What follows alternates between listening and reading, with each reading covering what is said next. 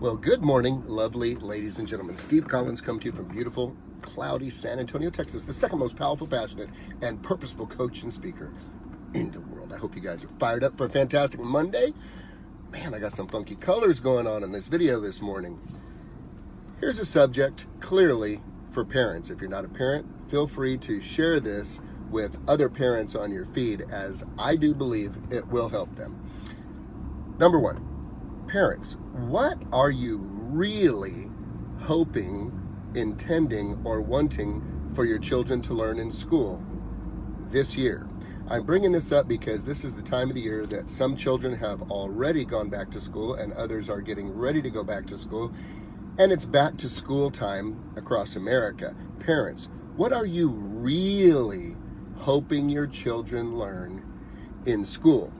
I am here this morning to slaughter a sacred cow, and I'm going to have a couple of conversations with you using the wisdom of gurus from ages gone by whose principles and practices still make a difference. Jim Rohn says this: a formal education can earn you a living, self-education can earn you a fortune. Now, it's not about a fortune. Clearly, I'm sure all of you listening to this video and those who will listen to this video have all the financial resources you need to take care of yourselves, people that you love, maybe your church, maybe your favorite charities, maybe you're giving big to cancer research or to, the battered women's shelter. I'm sure you are walking in significantly abundant finances, allowing you to make a financial difference in the lives of hundreds and thousands of people around you, right? That's who you are. You're making that kind of bank.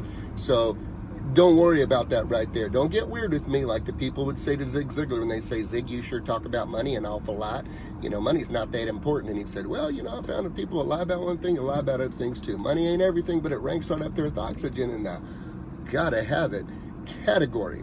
So Jim Rohn says a formal education can earn you a living. Self-education can earn you a fortune. What does he simply mean by that is self-education, ladies and gentlemen, especially in this day and age, in our current generation in the United States of America, a formal education has become exposed largely as not the guarantee great-grandma and great-grandpa said that it might be. If you get your education, you get a good job, you work at a good job, you work there for 40 or 50 years, save your money away, maybe they give you a gold watch when you retire, and then you can retire on a little bit of savings and then maybe do stuff that's cool to you. This model is not the current operating model. In order for a person in the marketplace to remain relevant, their education cannot end at high school or at college. Now, there are certain professions specifically that require a significantly higher level of professional education that does indeed create opportunity, and yet at the 4-year, even master's degree level, we have a nation full of people with degrees, but no real skill sets. And by skill sets, I'm not just talking about hard skill sets, I'm talking about social skill sets.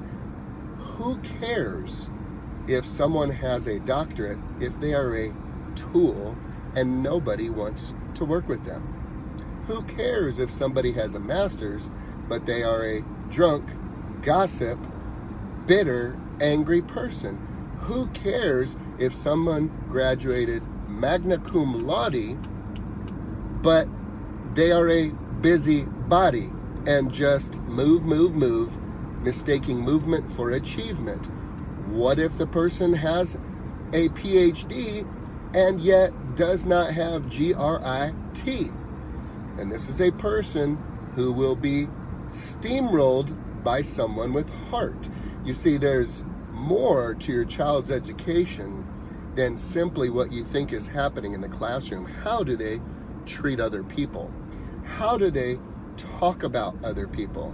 How do they observe and communicate with people of maybe other faiths or other beliefs or other lifestyles? How do they look at and approach relationships? How do they honor or dishonor their teachers or those in authority of them? How do they set themselves up for the daily routines and disciplines and the building of a positive mindset that will allow them to look at the reality that it's not what happens to you in this life, it's how you respond to what happens that makes the difference in this life.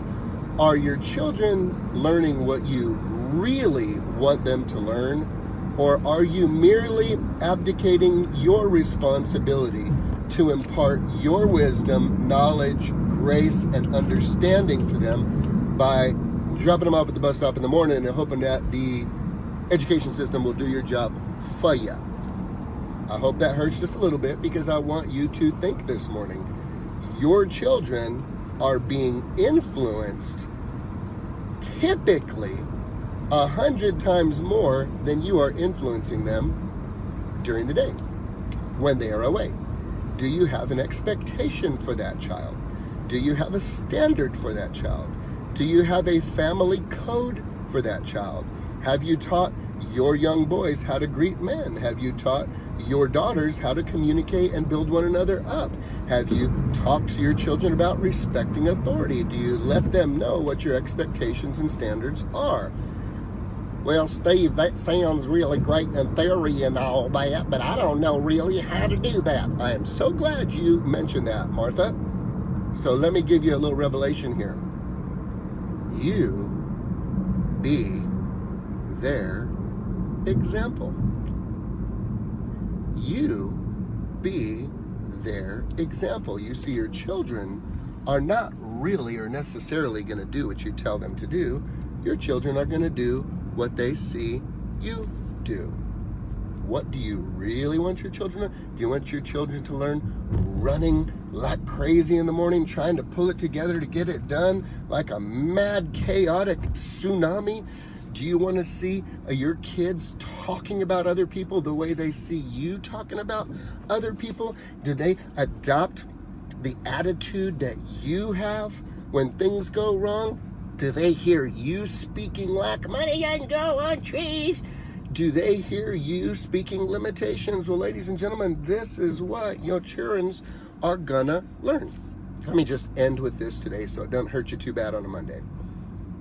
If your children respected authority the way you respect authority, spiritually were where you are spiritually, had a set of friends like you have, talked about other people the way you talk about other people, had a prayer life like you have, had a study life like you have, had a recreational life or workout or exercise routine like you have.